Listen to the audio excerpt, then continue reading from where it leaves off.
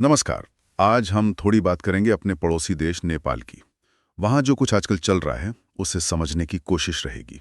मतलब अचानक इतनी उथल-पुथल क्यों मच गई है वहाँ, और खासकर भारत के नजरिए से इसके क्या मायने हैं। हाँ नमस्कार। बिल्कुल, नेपाल में जो हो रहा है वो सिर्फ उसका अंदरूनी मामला नहीं है। सही। उसकी जो लोकेशन है भारत और चीन के बीच, वो उसे रणनीतिक तौर पर बहुत अहम बना देती है। हाँ, तो हमारे पास कई तरह के स्रोत हैं, रिपोर्ट्स हैं, जो नेपाल में चल रहे इन विरोध प्रदर्शनों, राजनीतिक संकट और उसके पीछे की वजहों पर रोशनी डाल रहे हैं। तो कोशिश यही रहेगी कि इन सब जानकारियों को मिलाकर समझें कि भैया सब शुरू कैसे हुआ, क्यों इतना बढ़ा, और इसका क्षेत्रीय राजनीति पर, खासकर भारत नेपाल संबंधों पर क्या असर पड़ सकता है। जी हाँ, काठमांडू की सड़कों पर जो हो रहा है उसकी गूंज दिल्ली और बीजिंग तक सुनाई देना लाजमी है।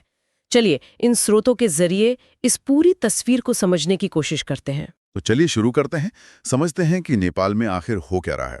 शुरुआत शायद उस चिंगारी से करें जिसने कथित तौर पर इस पूरे मामले को हवा दी। हाँ, वो सोशल मीडिया वाला मामला। हाँ, तो हुआ ये कि नेपाल सरकार ने अचानक से व्हाट्सएप, इंस्टाग्राम और फेसबुक मैसेंजर जैसे करीब 26 सोशल मीडिया ऐप्स पर पाबंदी लगा दी। जी अब आज की पीढ़ी, खासकर जेनजी, जो मतलब इन ऐप्स पर बहुत ज्यादा निर्भर है, बिल्कुल। उनके लिए ये सिर्फ बातचीत का जरिया नहीं है, अपनी आवाज उठाने का मंच भी है। तो उन्होंने इसे सीधे सीधे सेंसरशिप देखा, अपनी आजादी पर हमला माना। हाँ, ये पाबंदी जो थी वो तात्कालिक गुस्से की सबसे बड़ी वजह बनी। ये समझना ज़रूरी है कि ये जो नई पीढ़ी है, युवा है, वो कम्युनिकेशन के लिए, जानकारी के लिए और यहाँ तक कि संगठित होने के लिए भी इन्हीं डिजिटल प्लेटफॉर्म्स पर बहुत निर्भर करते हैं। सही। जी। ये उनकी पूरी डिजिटल दुनिया पर एक तरह का ताला लगाने जैसा था। और इसी के बाद फिर पूरे नेपाल में जबरदस्त विरोध प्रदर्शन शुरू हो गए। हाँ, बड़े पैमाने पर। इसमें एक नाम काफी उभर कर आया, हामी नेपाल नाम का एक युवा संगठन है, जी सुडान गुरुंग का। हाँ, सुडान गुरुंग इसके नेता हैं। जी। और दिलचस्प बात यह है, जैसा कि हमारे सूत्र बता रहे हैं, कि ये संगठन बना तो था 2020 में, जी। मूल रूप से आपदा राहत के लिए। हाँ, भूकंप के बाद। हाँ, भूकंप पीड़ितों की मदद वगैरह के लिए। लेकिन धीरे धीरे ये संगठन भ्रष्टाचार और भाई भतीजावाद के खिलाफ एक बड़े नागरिक आंदोलन का चेहरा बन गया। जी। ये अपने आप में दिखाता है कि सिस्टम में कहीं ना कहीं दिक्कतें थीं। बिल्कुल, ये एक तरह का शिफ्ट है उनके फोकस में। और कमाल की बात देखिए, इन्होंने युवाओं को सड़कों पर लाने के लिए इंस्टाग्राम और डिस्कॉर्ड जैसे बिल्कुल नए जमाने के प्लेटफॉर्म्स का इस्तेमाल किया। हाँ, टेक्नोलॉजी का सही इस्तेमाल। हजारों की तादाद में युवा जुटे।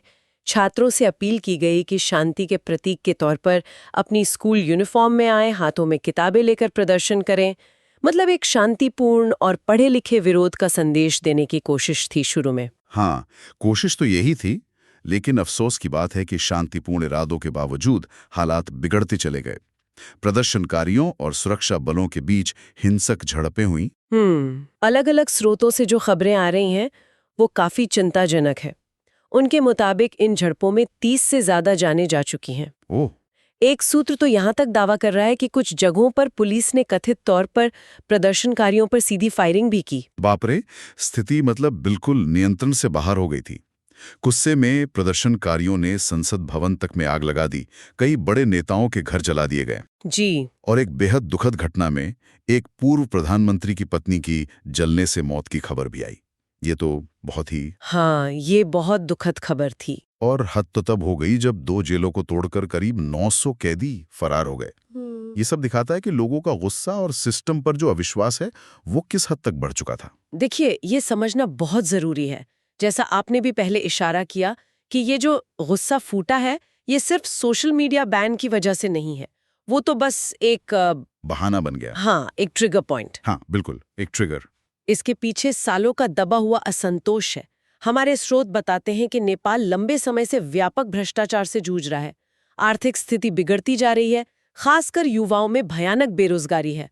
और फिर वो राजनीतिक भाई भतीजावाद का मुद्दा, वहां नेपो किड्स जैसा शब्द इस्तेमाल होता है। हाँ, मैंने भी पढ़ा इसके बारे में।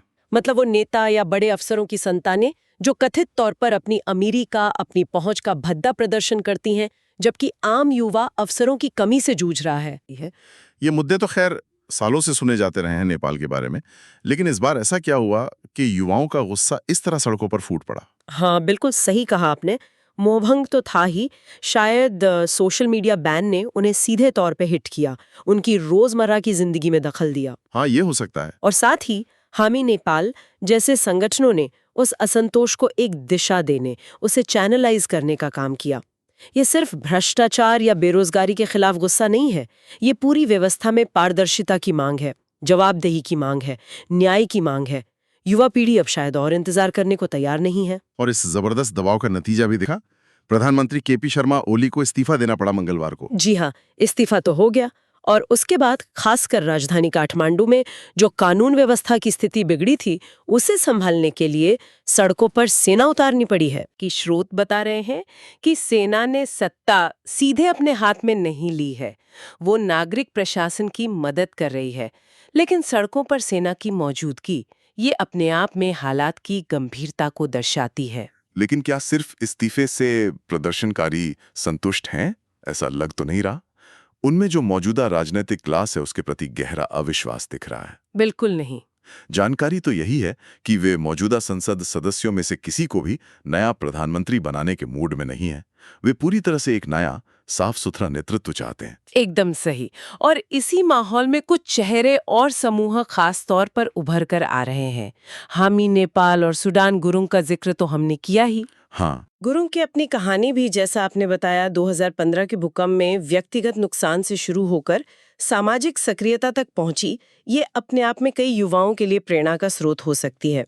उनका संगठन लगातार भाई भतीजावाद और भ्रष्टाचार पर सवाल उठाता रहा है। एक और बड़ा नाम जो इस वक्त काफी चर्चा में है वो है सुशीला कार्की। जी हाँ, पूर्व मुख्य न्यायाधीश। हाँ, नेपाल की पहली और अब तक की इकलौती महिला मुख्य न्यायाधीश रही हैं वो 2016-17 में। उन्हें उनके कार्यकाल में भ्रष्टाचार के खिलाफ लिए गए कड़े फैसलों के लिए जाना जाता है। बिल्कुल। कहा जाता है कि उन्होंने एक सिटिंग मंत्री तक को जेल भिजवा दिया था और महिलाओं के अपने बच्चों को नागरिकता दिलाने के अधिकार के पक्ष में भी अहम फैसला दिया था। हाँ, सुशीला कार्की की छवि एक मजबूत, निष्पक्ष और भ्रष्टाचार विरोधी शख्सियत की बनी हुई है, और इसीलिए प्रदर्शनकारियों का एक बड़ा तबका उन्हें एक संभावित अंतरिम नेता के तौर पर देख रहा है। अच्छा। दिलचस्प बात यह भी है कि 2017 में उन्हें महाभियोग मतलब इम्पीचमेंट का सामना भी करना पड़ा था। संसद द्वारा पद से हटाने की एक प्रक्रिया थी वो, लेकिन कहा जाता है कि भारी जन समर्थन मिला उन्हें और बाद में अदालत के दखल से वो प्रक्रिया रुक गई थी। इससे उनकी एक खास तरह की साख बनी हुई है लोगों के बीच। तो ये नाम महत्वपूर्ण है। और जाहिर है नेपाल में जब इतनी बड़ी उथल-पुथल हो तो इसका असर सिर्फ देश की सीमाओं तक तो रहेगा नहीं। नहीं, बिल्कुल नहीं। भारत और चीन जैसे बड़े पड़ोसियों के बीच बसा है नेपाल, तो यहाँ की हर हलचल का एक भू राजनीतिक पहलू भी है। भारत इसे कैसे देख रहा है, इस पर कोई जानकारी है? हाँ, देखिए, भारत के लिए नेपाल सिर्फ एक पड़ोसी नहीं है। हमारे सांस्कृतिक, ऐतिहासिक रिश्ते बहुत गहरे हैं और रणनीतिक तौर पर तो वो अहम है ही। हाँ। जैसा हमने शुरू में कहा, उसकी लोकेशन उसे बहुत संवेदनशील बनाती है। तो जाहिर सी बात है, नई दिल्ली बहुत करीब से और बहुत सावधानी से हालात पर नजर बनाए हुए है। तो भारत का आधिकारिक रुख क्या है इस पूरे मामले पर? कोई बयान वगैरह आया है? जी, जानकारी के मुताबिक भारत ने सबसे पहले तो सीमावर्ती इलाकों में चौकसी बढ़ा दी है, हाई अलर्ट है, ताकि नेपाल की हिंसा का असर भारतीय सीमा क्षेत्र में ना फैले। ये तो जरूरी है। हाँ, प्रधानमंत्री नरेंद्र मोदी ने हिंसा में खासकर युवा जिंदगियों के नुकसान पर गहरा दुख जताया है और शांति, बातचीत और संयम बनाए रखने की अपील की है। जी, तो कुल मिलाकर भारत का नजरिया साफ है। नेपाल में स्थिरता, शांति और समृद्धि भारत के हित में है। भारत नेपाल की संप्रभुता का पूरा सम्मान करता है और वहाँ लोकतांत्रिक तरीकों से हल निकालने का समर्थन करता है। तो फिलहाल नेपाल में स्थिति काफी तनावपूर्ण बनी हुई है, अनिश्चितता का माहौल है, लोकतंत्र की नींव हिली हुई सी नजर आ रही है। सड़कों पर सेना है, राजनीतिक भविष्य को लेकर कोई स्पष्टता नहीं है और युवा पीढ़ी बदलाव की अपनी मांग पर अड़ी हुई है।